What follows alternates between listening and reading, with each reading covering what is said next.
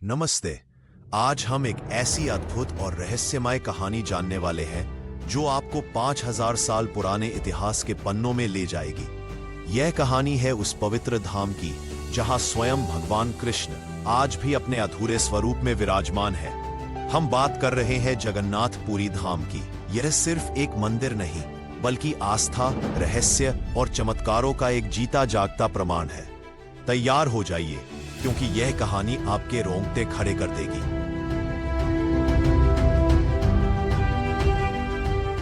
क्या आपने कभी सोचा है कि जिस भगवान ने अपने हाथों में सुदर्शन चक्र धारण किया, जिसने कुरुक्षेत्र के युद्ध का सारथी बनकर धर्म की स्थापना की, उस भगवान श्री कृष्ण की मूर्तियां आखिर अधूरी क्यों हैं? क्या वजह है कि पुरी के इस मंदिर के कई रहस्य आज भी विज्ञान के लिए अबूझ पहेली बने हुए हैं?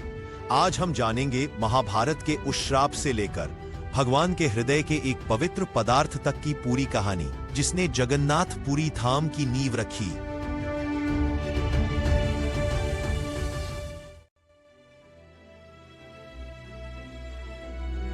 यह बात 5000 साल पुरानी है। कुरुक्षेत्र का वो भीषण युद्ध समाप्त हो चुका था। लाखों योद्धा मारे जा चुके थे और कौरवों का पूरा वंश नष्ट हो गया था। जब गांधारी, जो अपने 100 पुत्रों को खो चुकी थी, ने ये विनाश देखा तो उनका हृदय शोक से फट पड़ा। उन्होंने भगवान श्री कृष्ण की ओर देखा।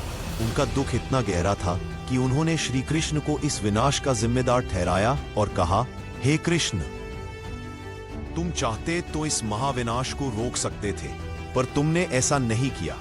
जिस तरह मेरे पूरे वंश का नाश हुआ है, उसी तरह तुम्हारे यदुवंश का भी सर्वनाश हो जाएगा। यह कोई साधारण श्राप नहीं था, बल्कि एक मां के हृदय से निकली अग्नि थी, जिसने भविष्य की एक और विनाश लीला लिख दी।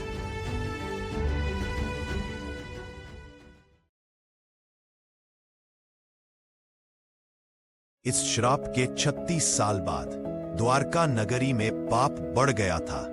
यदुवंशी आपस में ही लड़ने लगे और गांधारी का श्राप सच साबित होने लगा। एक दिन जब श्री कृष्ण प्रभास क्षेत्र के एक जंगल में आराम कर रहे थे, तभी एक शिकारी जिसका नाम जरा था ने दूर से उन्हें हिरन समझकर तीर चला दिया। वह तीर सीधा जाकर श्री कृष्ण के पैर के अंगूठे में लगा।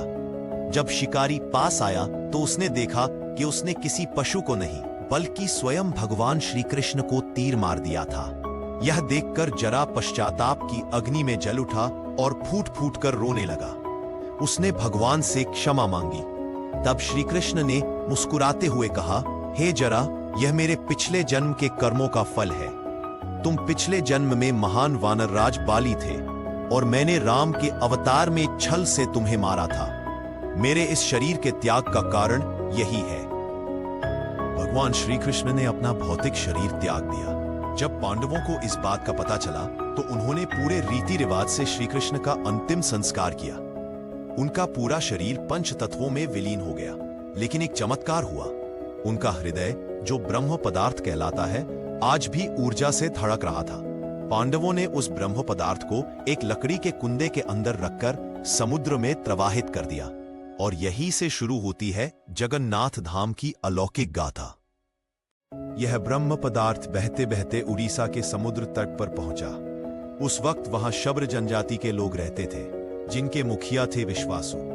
उन्होंने इस अद्भुत काष्ठ को देखा और समझ गए कि यह कोई साधारण वस्तु नहीं बल्कि स्वयं भगवान का रूप है। उन्होंने इसे नीलमाधव के रूप में पूजना शुरू कर दिया और गुप्त रूप से एक गुफा में इसकी पूजा करते रहे। उसी समय मालव प्रदेश के राजा इंद्रद्युम्न भगवान विष्णु के बहुत बड़े भक्त थे। एक रात भगवान विष्णु उनके सपने में आए और उनसे कहा कि वे नीलमाधव की मूर्ति को ढूंढें और उनके लिए एक भव्य मंदिर का निर्माण करें। भगवान ने यह भी बताया कि वह ब्रह्म पदार्थ नीलांचल पर्वत पर मिलेगा। राजा इंद्रद्युम्न अगले ही दिन नीलमाधव की मूर्ति को ढूंढने निकल पड़े। उन्होंने अपने कई लोगों को भेजा, जिनमें से एक ब्राह्मण थे विद्यापति। विद्यापति कई दिनों की खोजबीन के बाद शबर मुखिया विश्वासु के गांव पहुंचे। वहां उन्होंने विश्वासु की बेटी ललिता से विवाह किया और उनके कहने पर विश्वासु ने उन्हें गुप्त स्थान पर स्थित नीलमाधव के दर्शन करवाए। विद्यापति ने यह सूचना राजा इंद्रद्युम्न को दी। राजा इंद्रद्युम्न अपनी सेना के साथ नीलांचल पर्वत पर पहुंचे, लेकिन वहां उन्हें नीलमाधव नहीं मिले। विश्वासु ने उस काष्ठ को छिपा दिया था। राजा बहुत निराश हुए, क्योंकि उन्हें लगा कि भगवान का आदेश पूरा नहीं हो पाया। वे अपने प्रदेश लौट आए, लेकिन भगवान भला अपने भक्तों को कैसे निराश कर सकते थे। भगवान विष्णु एक बार फिर राजा इंद्रद्युम्न के सपने में आए और उनसे कहा कि एक बहुत बड़ा दिव्य वृक्ष का तना पुरी के समुद्र में बहता हुआ आएगा।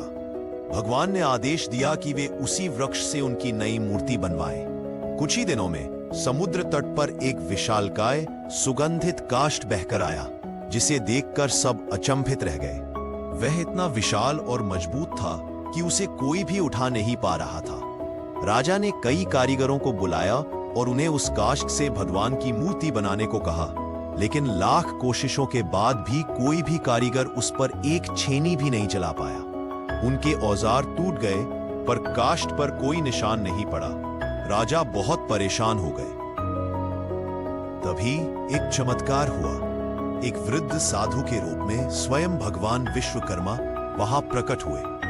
उन्होंने राजा से कहा कि वे यह काम कर सकते हैं, लेकिन उनकी कुछ शर्तें हैं। राजा यह सुनकर बहुत प्रसन्न हुए, क्योंकि उन्हें लगा कि अब भगवान की इच्छा पूरी होगी। साधु ने राजा से कहा, मैं यह काम 21 दिनों में पूरा करूंगा, लेकिन मेरी शर्त यह है कि जब तक मैं कक्ष के अंदर काम करूंगा, तब तक ना तो कोई दरवाजा खोलेगा और न ही अंदर आने का प्रयास करेगा। यदि किसी ने मेरी शर्त तोड़ी तो मैं काम अधूरा छोड़कर चला जाऊंगा। राजा ने यह शर्त मान ली। कक्ष के दरवाजे बंद कर दिए गए और अंदर से छेनी हथौड़ों की आवाज आने लगी, जिससे लग रहा था कि काम तेजी से चल रहा है।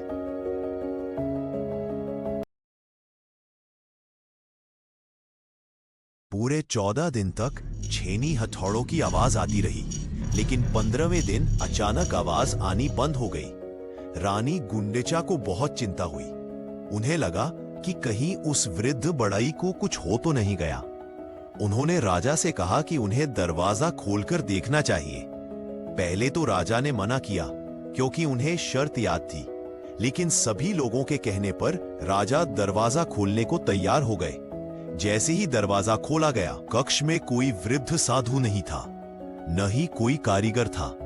सिर्फ लकड़ी के 3 अधूरी मूर्तियां थीं, भगवान जगन्नाथ, बलभद्र और सुभद्रा की। उन्हें देखकर राजा बहुत निराश हुए। उन्हें लगा कि उनकी शर्त तोड़ने के कारण काम अधूरा रह गया है।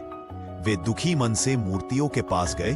तभी उन्हें एक दिव्य आवाज सुनाई दी, हे राजन, मेरी यही इच्छा है कि मेरी मूर्तियां इसी अधूरे स्वरूप में स्थापित की जाए।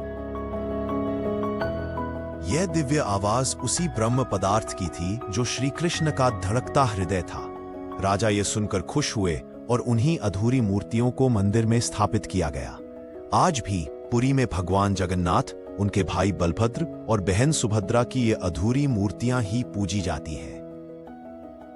दोस्तों, जगन्नाथपुरी मंदिर की कहानी यहीं खत्म नहीं होती, बल्कि इसके कई ऐसे रहस्य हैं जिन्हें आज तक विज्ञान भी नहीं सुलझा पाया है और जो आपके रोंगटे खड़े कर देंगे।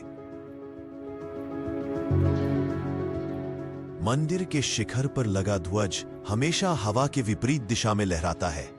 दुनिया के किसी भी भौतिक विज्ञान का नियम यहां काम नहीं करता। मंदिर के शिखर पर स्थापित सुदर्शन चक्र किसी भी दिशा से देखने पर एक समान ही दिखाई देता है, मानो वह हर कोण से आपका स्वागत कर रहा हो। मंदिर के सिंहद्वार से अंदर कदम रखते ही समुद्र की लहरों की आवाज पूरी तरह से सुनाई देना बंद हो जाती है। जैसे ही आप बाहर निकलते हैं, लहरों का शोर फिर से सुनाई देने लगता है। यह कैसे संभव है? मंदिर के मुख्य गुंबद की कोई छाया कभी जमीन पर नहीं पड़ती, चाहे सूर्य किसी भी दिशा में हो। मंदिर की रसोई में प्रसाद बनाने के लिए एक के ऊपर एक 7 मिट्टी के बर्तन रखे जाते हैं और सबसे ऊपर वाले बर्तन का खाना सबसे पहले पकता है, फिर नीचे के बर्तनों का। और सबसे हैरान करने वाली बात, मंदिर में आने वाले श्रद्धालुओं की संख्या चाहे लाखों में हो या हजारों में, लेकिन प्रसाद कभी कम नहीं पड़ता और न ही कभी बर्बाद होता है। तो देखा आपने, जगन्नाथपुरी धाम सिर्फ पत्थरों से बना एक ढांचा नहीं, बल्कि भगवान की अनंत लीलाओं और चमत्कारों का एक जीवंत प्रमाण है। यह मंदिर हमें सिखाता है कि कुछ चीजें तर्क और विज्ञान से परे होती हैं और उन्हें सिर्फ आस्था और हृदय से महसूस किया जा सकता है।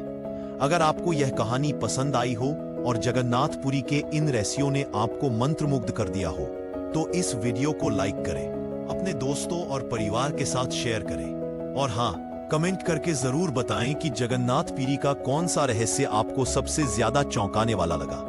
अगली बार ऐसी ही किसी और अद्भुत कहानी के साथ आपसे फिर मिलेंगे। जय जगन्नाथ।